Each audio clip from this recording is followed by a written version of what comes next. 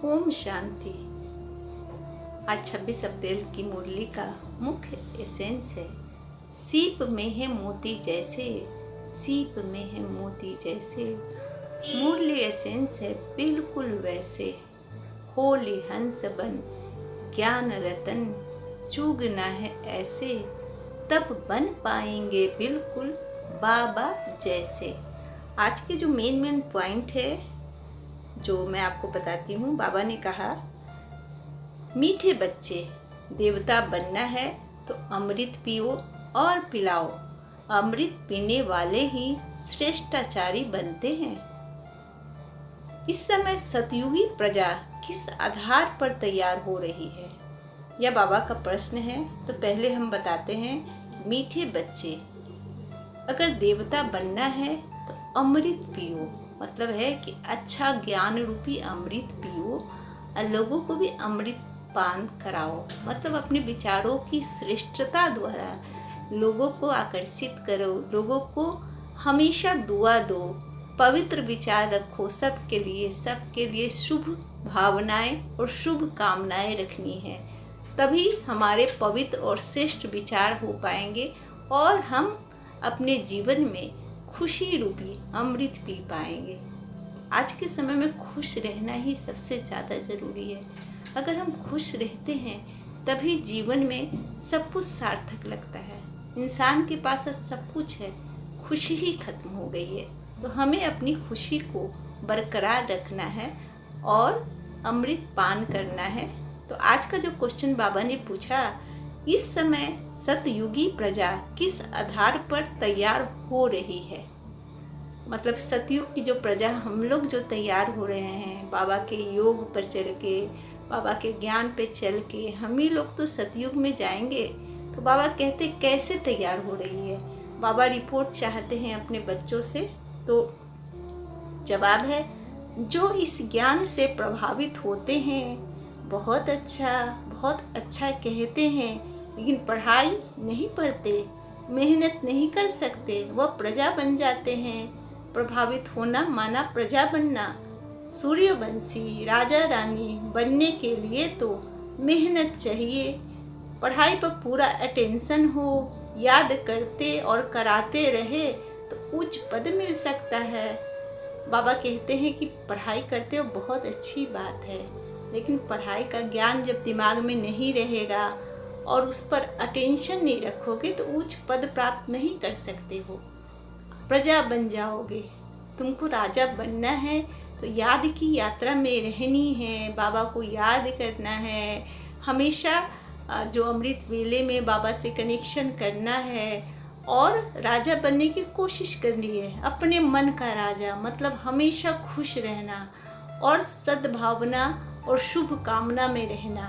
तो बाबा कहते हैं प्रजा नहीं बननी है सतयुग में, आपको राजा बनना है और राजा बनने के लिए पूरा अटेंशन रखना है, राजयोग करना है, बाबा से जो शिक्षा मिलती है उसको धारण करना है।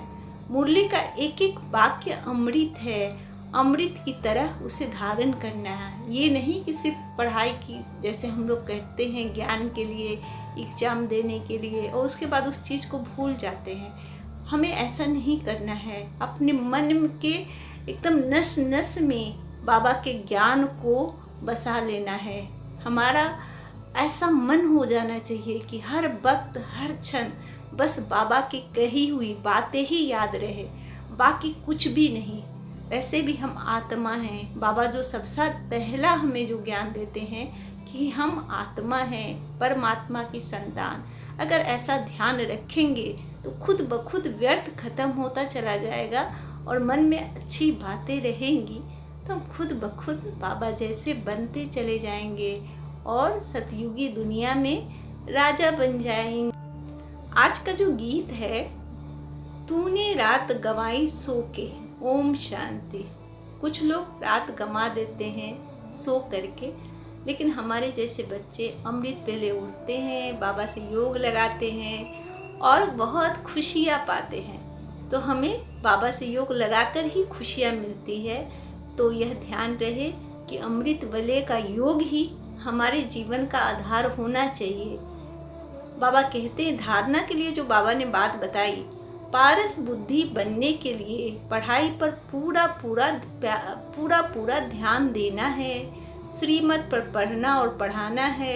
हद की साहूकारी का नशा, फैशन आदि छोड़ इस बेहद सेवा में लग जाना है। बाबा कहते हैं कि पारस बुद्धि, सोने माने पारस की तरह अगर बुद्धि चाहिए, क्योंकि ऐसे भी हम कहते हैं बाबा हमें पत्थर से पारस बना देते हैं, तो पारस की अगर बुद्धि चाहिए तो जो भी व्यर्थ की बातें हैं, फैशन है और आज का जो समय है जिसमें हम पागल हुए जाते हैं, उसको छोड़ करके बेहद की सेवा में लग जाना है। अपने पिता को याद करना है, उनकी सेवा करनी है। और बाबा कहते हैं उन्हीं की बातों को पढ़ना है और लोगों को भी पढ़ाना है।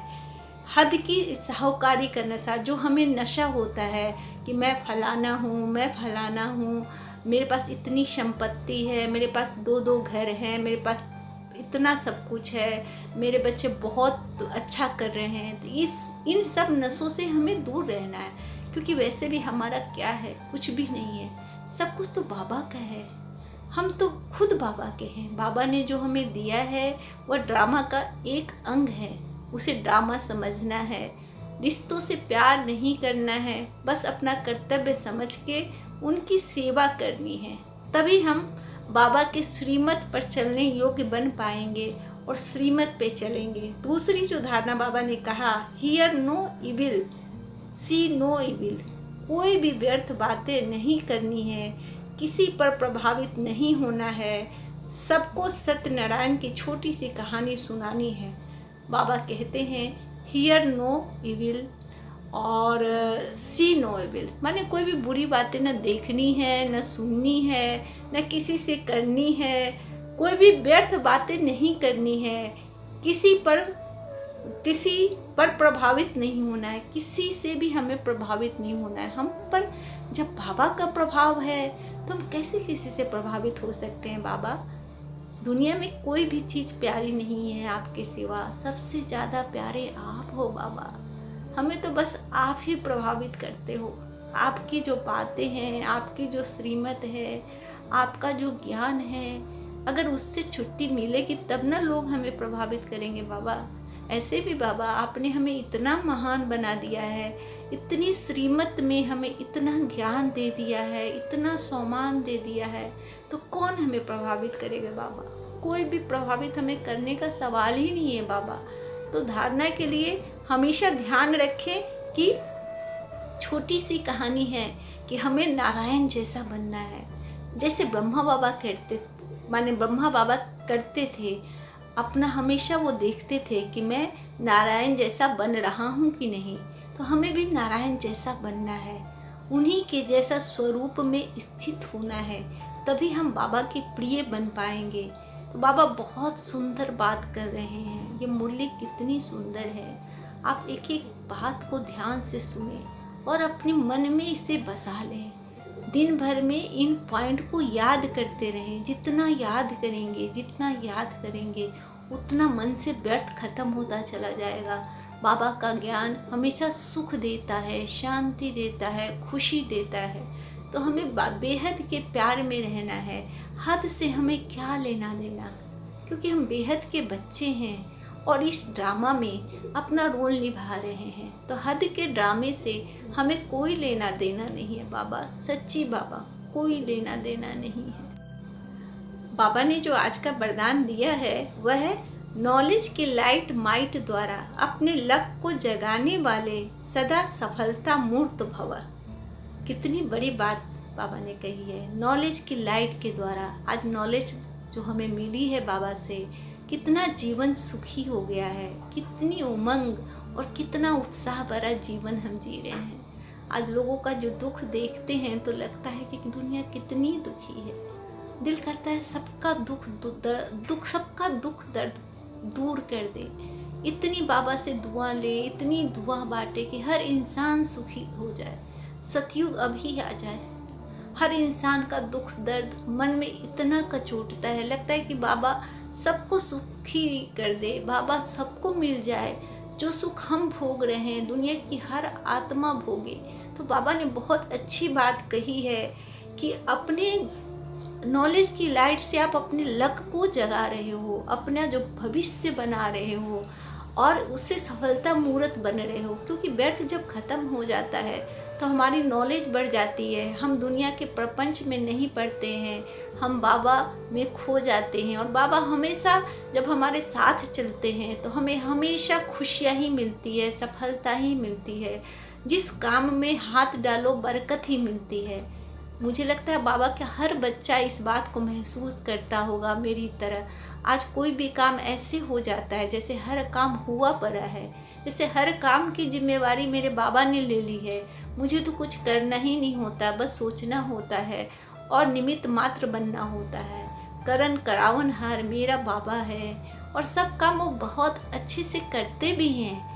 एक लौकिक पिता से भी ज़्यादा वो ध्यान रखते हैं। शिव बाबा बहुत अच्छे हैं, बहुत अच्छे हैं। अगर दिल से उन्हें अपना लेंगे तो वो आपकी हर इच्छाएं पूरी करेंगे, आपको सफलता मूर्त बना देंगे। माने इतना ज्ञान, इतना सुख है कहीं भी नहीं है, इस लौकिक जगत में तो बिल्कुल नहीं है।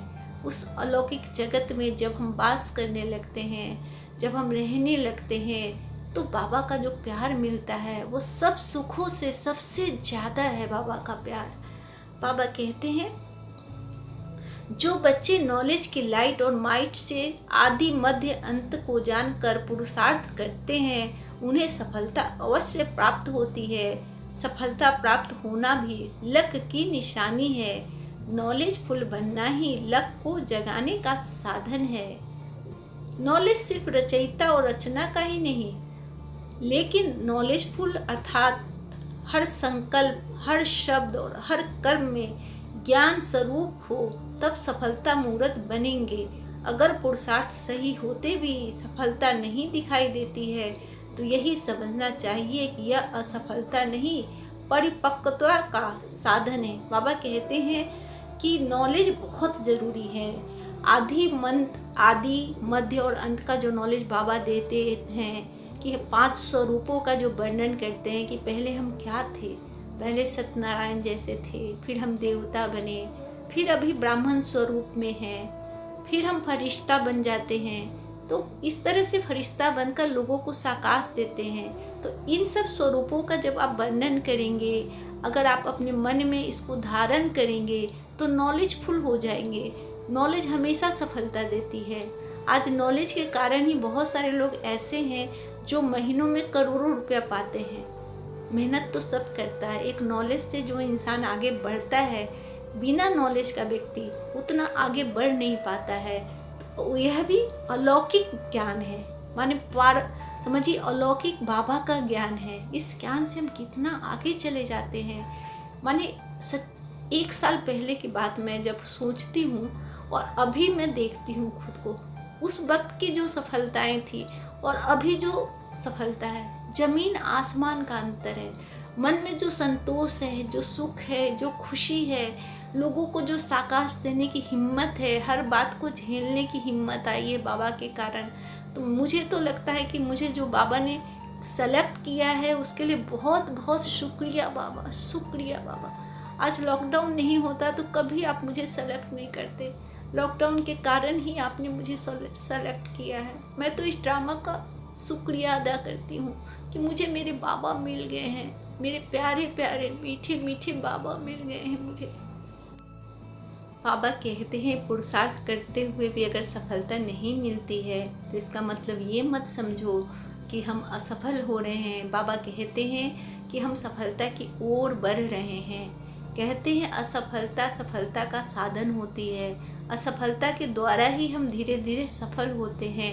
हमें सीखने का मौका मिलता है और जब सीखते हैं तो गलतियां कम करते हैं और सफलताएं हमें मिलती ही मिलती है। आज जितने भी सफल लोग हैं उनकी अगर जीवनी उठाकर पढ़ेंगे तो पता चलेगा कि वो पहले कितने असफल हुए थे और आज सफलता मूर्त बन गए हैं। हम तो वैसे भी बाबा के बच्चे हैं, तो हमें कहाँ से असफलता मिलेगी। हाँ, कभी कभी अपने कर्म भोग के कारण हमें प्रॉब्लम्स आती है, जो हमने पाप पहले किए हैं, पिछले जन्म में किए हैं, इस जन्म में जो पाप किए हैं, कर्म भोग के कारण हमें तकलीफ होती है। लेकिन बाबा उस कर्म भोग को बहुत हल्का कर देते हैं। कहते हैं बाबा कि सूली से मैं कांटा बना देता हूँ, जो आपके कर्म भोग है सूली पर चढ़ने लायक थे, लेकिन मैं उसे कांटा बना देता हूँ ताकि आपको उसकी चुभन ना हो। बाबा इतने अच्छे से हर चीज़ डिस्क्राइब करते हैं, हर चीज़ समझाते हैं। अगर हम उनके मुरली के पॉइंट को धारण करने लगे तो हमारा जीवन स्वर्ग हो जाएगा। बाबा कहते हैं कि आज का जो स्लोगन है, न्यारी बनकर कर्म इंद्रियों से कर्म कराओ तो कर्मातीत स्थिति का अनुभव सहज कर सकेंगे। माने न्यारे होकर, मैं आत्मा हूँ, अगर यह सोचकर अगर आप कर्म करते हो, इस दुनिया में रहते हुए भी परमात्मा को महसूस करते हो, उनके नज़दीक रहकर हर कर्म को करते हो, उनकी याद में कर्म करते हो, तो कर्मातीत अवस्था को प्राप्त करते हो। मतलब कर्म योगी जिसे कहते हैं। बाबा कभी नहीं कहते हैं घर द्वार छोड़ दो, गृहस्थी छोड़ दो, संबंध छोड़ दो। बाबा कभी नहीं कहते। बाबा कहते सब में रहते हुए कर्मातीत बनो, क्योंकि सारे संबंधों को हमें निभाना है, सारे संबंधों से बहुत प्यार से रहना है, दुनिया से भी प्यार से रहना है, हर सिचुएशन को हैंडल करते हुए तब बाबा की याद में रहना है। तो यही कर्मातीत अवस्था है। अगर हम विचलित हो जाते हैं, अगर परेशान हो जाते हैं छोटी छोटी बातों में, तो कर्म योगी हम नहीं हैं, हमें कर्मातीत अवस्था प्राप्त नहीं है। हमें तब मेहनत करनी है, तब बहुत मेहनत करके कर्मातीत अवस्था को प्राप्त करना है। आगे बाबा कहते हैं कि एकदम सहज हो जाओ, माने कर्मातीत अवस्था ऐसी हो आपकी कि हर कर्म करते हुए बाबा की याद रहे, उसमें मेहनत नहीं लगे, सहज हो जाना है। काम कर रहे हैं और लग रहा है कि बाबा पास बैठे हुए हैं, हर काम करवा रहे हैं, करावनहार मेरे बाबा हैं, करनहार मैं हूँ। अगर ऐसा सोचेंगे तो सहज अनुभव होगा, भारीपन नहीं लगेगा। कई बार हम बाबा को साथ तो ले लेते हैं, लेकिन एक भारीपन लगने लगता है, लगता रहता है कि माने एक जो कॉन्शियस माइंड में बाबा रहते हैं, लेकिन सब कॉन्शियस माइंड में हम अपने देह भान में रहते हैं, तो वह भारीपन ले आता है। तो दिल से बाबा को लेना है, एकदम दिल से महसूस करते हुए कि मैं कर्म कर रहा हूँ, लेकिन कराने वाला मेरा बाबा है। अगर ऐसा महसूस करके कर्म करेंगे तो कभी भी भारीपन नहीं आएगा, हमेशा मन हल्का रहेगा, बहुत हल्का। बाबा कहते हैं आज का जो शुभ विचार है, तुम्हारा यह ईश्वरीय जीवन अनमोल है, इसे कहाँ भी उलझाओ मत। बाबा कहते हैं कि बहुत मुश्किल से मानव तन मिलता है, इसे कहीं भी उलझाओ मत, क्योंकि व्यर्थ में जो बीत जाएगा समय वो व्यर्थ हो जाएगा। एक एक पल का सदुपयोग करो, एक एक पल बाबा को याद करो, क्योंकि हमें सतयुग में जाना है, अपना भाग्य बनाना है, अपने भाग्य की तकदीर लिखनी है। तो क्या हम तकदीर अपनी ऐसी वैसी लिखेंगे? अपनी तकदीर बनाने के लिए हमें पल पल पल पल अटेंशन रखना है, और अटेंशन के द्वारा खुद को ठीक करना है। जो भी गलतियां हैं हमारी उसे सुधारना है, क्योंकि अटेंशन रखेंगे तभी हम अपनी गलतियों को सुधार कर पाएंगे। अगर अटेंशन नहीं रखेंगे तो हमारी गलतियां वैसी की वैसी रह जाएगी। हमें लगेगा कि हम पुरुषार्थ कर रहे हैं, बाबा को याद कर रहे हैं, सब कुछ कर रहे हैं, लेकिन जीवन में तो वैसे ही प्रॉब्लम्स हैं और हम बाबा से दूर होते चले जाएंगे। लेकिन अटेंशन रखेंगे, बाबा की श्रीमत पे चलेंगे तो हर टेंशन से दूर हो जाएंगे और हमें सही मायने में लगेगा कि जीवन कितना सुखद हो गया है। बाबा कहते हैं आज का जो सम्मान हमारा है बहुत अच्छा है। मैं आत्मा सदा सफलता मूर्त हूँ। जीवन में हर कोई सफल होना चाहता है, सब चाहता है कि सफलता हमारे कदम चूमे, चाहे किसी भी क्षेत्र में है। घर में भी हम चाहते हैं कि हमारी सब बड़ाई करे, हमारे हर कार्य सफल हो। अब बाहर की दुनिया की तो बात ही है, वहाँ भी हम सफलता मूर्त बनकर रहना चाहते हैं। किसी भी कर्म को सफलता मूर्त बनकर ही करना चाहते हैं, सफल होना चाहते हैं। तो बाबा ने वरदान दे दिया कि आप सफलता मूर्त हो। अगर हम बाबा की श्रीमत पे चलेंगे तो असफलता हमें छू भी नहीं सकती, हमें सफलता मिलनी ही मिलनी है। बाबा हमेशा हमें सफलता मूर्त बनाता है, हमेशा इतनी ज़्यादा हमें श्रेष्ठता देता है, हमें इतना ज़्यादा ज्ञान देता है, तो स्थिरता देता है लाइफ में। दूसरी बात है सोचने समझने की शक्ति देता है, हर सिचुएशन में अटल अडोल रहने की शक्ति देता है। तो कैसे नहीं सफलता हमें मिलेगी। आज का जो अव्यक्त इशारा बाबा ने किया है बहुत ही अच्छा है, नोट करने लायक है। प्लीज़ आप इसे नोट करिए और हमेशा इसको धारण करने की कोशिश कीजिए। ऐसा नहीं है कि सुनने के बाद फिर वैसे के वैसे हमें नहीं रहना है। रोज़ अगर ज्ञान सुनते हैं तो उसको धारण करना है। एक एक पॉइंट भी धारण करेंगे तो आप 1 महीने में 30 पॉइंट धारण कर लेंगे। 30 पॉइंट का मतलब है 30 लाख पॉइंट, मतलब एक एक पॉइंट में अमृत है। अगर अमृत पान करते चले जाएंगे तो हमारा जीवन कितना सुंदर हो जाएगा। बहुत अच्छा लगता है जीना। कभी ऐसा था कि लगता था जीवन में क्या है, कभी कभी तो इतनी निराशा, कभी कभी इतना गुस्सा, इतना क्रोध, लोगों से नफरत। लेकिन आज लगता है कि जीवन कितना इजी है समझना, एकदम सरल है जीवन। बाबा की याद और बाबा का प्यार, बाबा की श्रीमत में कर्म करना और हमेशा खुश रहना, यही जीवन बन गया है। तो अव्यक्त इशारा है, अगर लास्ट समय में अशरीरी बनने के बजाय सेवा का भी संकल्प चला तो सेकंड के पेपर में फेल हो जाएंगे। उस समय शिवाय बाप के निराकारी, निर्विकारी, निरअहंकारी के सिवाय कुछ भी याद न आए। बाबा हमेशा कहते हैं कि अशरीरी स्थिति का अनुभव करते रहें। दिन में जब भी समय मिले आप परम धाम जाएं और वापस आ जाएं। जब भी समय मिले 1 सेकंड में ऐसी स्थिति आपकी होनी चाहिए कि आप शरीर से विदेही बन जाए। आप भूल जाएं कि आपका शरीर है और आत्मा में तब्दील होकर परम धाम घूम के आ जाए। तो बाबा कहते हैं कि लास्ट समय में ऐसा नहीं हो कि आप सेवा में फंसे रह जाए और आपका शरीर छूट जाए। तो हमेशा निर्विकारी, निरअहंकारी और निराकारी स्वरूप में स्थित रहते हुए कर्म करना है। हमेशा देहभान से परे होकर रहना है। 1 सेकंड में देहभान से छुट्टी ले लेनी है। देहभान को छोड़ करके अशरीरी बन जाना है, आत्मा बन जाना है। तभी जब अंत समय आएगा तो हम पूर्णतः अशरीरी होंगे और हमें कोई भी कर्म हमें तकलीफ नहीं देगा और हम सीधे परम धाम जाएंगे बाबा के पास और सतयुग में जाएंगे, राजा बनेंगे। आज का जो योग अभ्यास है बहुत अच्छा है और बहुत ध्यान से इसको सुनेंगे और इसे दिन भर में प्रैक्टिस करेंगे। बाबा ने कहा, मैं ज्ञानी तू आत्मा हूँ, मैं ज्ञान से भरी हुई आत्मा हूँ। ज्ञान मतलब बाबा का ईश्वरीय ज्ञान। ईश्वरीय ज्ञान जैसे जैसे हमारे अंदर आता है हम प्रेम स्वरूप, शक्ति स्वरूप और हम शांत स्वरूप, ज्ञान स्वरूप बनते चले जाते हैं। क्योंकि ज्ञान से ही जिंदगी चलती है, भक्ति से नहीं चलती। भक्ति मार्ग में तो हम वैसे के वैसे रह जाते हैं। आज बचपन से भक्ति करते हुए आए, कोई परिवर्तन नहीं आया। लेकिन ज्ञान में जब आप चलने लगते हो तो 10 दिन में परिवर्तन आता है। जैसे जैसे पुराने होते चले जाते हो वैसे वैसे जीवन ही अलग हो जाता है। माने अलौकिक जीवन जिसे कहते हैं, लौकिक से अलौकिक जीवन की जर्नी ही ज्ञान है सच्ची मायने में।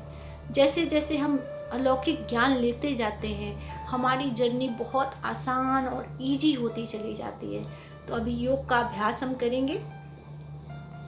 मैं फरिश्ता सूक्ष्म वतन में बाप दादा के सम्मुख हूँ। सर्व ज्ञान के सागर शिव बाबा मुझे ब्रह्मा के मुख कमल से सृष्टि के आदि मध्य अंत का गुह्य राज समझा रहे हैं, जिससे मैं आत्मा मास्टर ज्ञान का सागर बनती जा रही हूँ। मैं आत्मा सृष्टि के आदि में सतो प्रधान थी। द्वापर युग के से भक्ति करते करते नीचे उतरती आई। अभी सृष्टि के अंत में स्वयं भगवान धरती पर आकर पुनः परम धाम ले जाने के लिए गीता ज्ञान और सहज राजयोग सिखा रहे हैं। ऐसे स्वदर्शन चक्र फिराते अपने अनादि आदि स्वरूप में स्थित हो जाएं। बहुत सुंदर आज का योग अभ्यास है। अपने पांचों स्वरूपों का हमें बार बार स्मरण करना है कि हम पहले क्या थे, अभी क्या हो गए हैं, अब वापस क्या होने जा रहे हैं। और स्वयं ईश्वर हमें ज्ञान पढ़ाने आ रहा है, समझाने आ रहा है, हमें सतो प्रधान बनाने आ रहा है।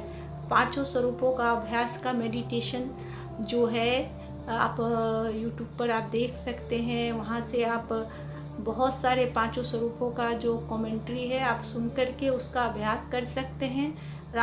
आज का जो चिंतन हमें करना है वह है आत्मा, परमात्मा और डामा अविनाशी है। मतलब आत्मा भी अविनाशी है, शरीर खत्म हो जाता है, आत्मा पुनर्जन्म ले लेती है, परमात्मा भी अविनाशी है, ये ड्रामा भी अविनाशी है। ये ड्रामा तो चलता ही रहेगा। आज हम रोल कर रहे हैं, कल कोई और रोल कर रहा होगा और परसों कोई और रोल कर रहा होगा। लोग ऐसे ही आते जाते हैं। एक मुरली में बाबा ने कहा था कि ये लौकिक दुनिया है और परमधाम अलौकिक दुनिया है। यहाँ भी आत्माएं रहती हैं, वहाँ भी आत्माएं रहती है और 24 घंटा आत्माओं का आना जाना लगा रहता है। कहने का मतलब है कुछ आत्माएं जाती है, कुछ आत्माएं आती है। माने ये बात अंदर तक मन लग गई थी कि आत्माओं का आना जाना, जैसे हम होते हैं ना कि हम ट्रैवल करते हैं यहाँ से वहाँ, वहाँ से यहाँ, उसी तरह आत्माओं का आना और जाना परम धाम से लौकिक जगत में और लौकिक जगत से परम धाम में होता ही